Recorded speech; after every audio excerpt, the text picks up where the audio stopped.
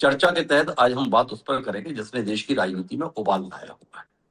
लोकसभा में नेता प्रतिपक्ष हैं, कांग्रेस पार्टी के वरिष्ठ नेता, नाम उनका राहुल गांधी।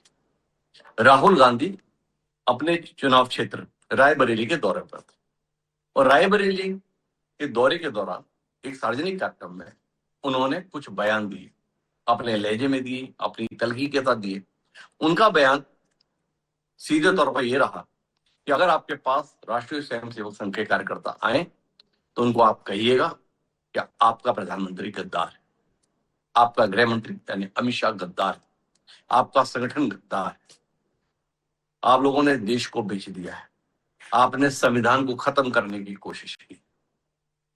और राहुल गांधी ने कहा कि ये मैं सोच समझ के बोल रहा हूं, इस पे मैं माफी भी नहीं मांगूंगा। राहुल गांधी आगे माफी मांगेंगे या नहीं मांगेंगे ये तो बात की बात है, पर भारतीय जनता पार्टी समेत तमाम राजनीतिक दल इस भाषा के विरोध में सार्वजनिक तौर पर मैदान में आ गए। भाजपा और उसके समर्थक दल तो हैं ही, पर भाजपा से इतर इंडिया गठबंधन में जो सहयोगी दल हैं उन्हें भी इस भाषा पर ऐतराज है, चाहे वो समाजवादी पार्टी हो और चाहे वो राष्ट्रवादी कांग्रेस पार्टी के शरद पवार। सबका मानना है कि ये भाषा स्वीकार्य नहीं है।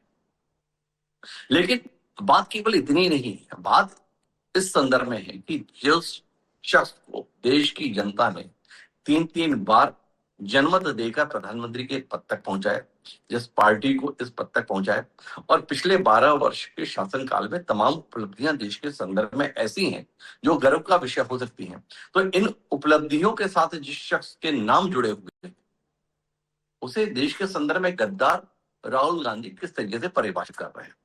पर राहुल गांधी भी कोई राह चलते व्यक्ति तो है नहीं। राहुल गांधी लोकसभा में नेता प्रतिपक्ष की भूमिका में, अगर वो इतनी बड़ी बात इतनी दमदारी के साथ कह रहे हैं तो हमें समझने की कोशिश करनी चाहिए। वो खुद तो समझाएंगे नहीं तो उनकी पार्टी के द्वारा ये समझाना चाहिए कि वो ये बात कैसे कह दे रही है, या पार्टी मानती है कि राहुल गांधी ने भावावेश में ये बात कह दी है। वस्तुतः ये बात कहने योग्य तो नहीं, मानने योग्य भी नहीं। तो कुल मिलाकर आज हम इसी पर बात करें।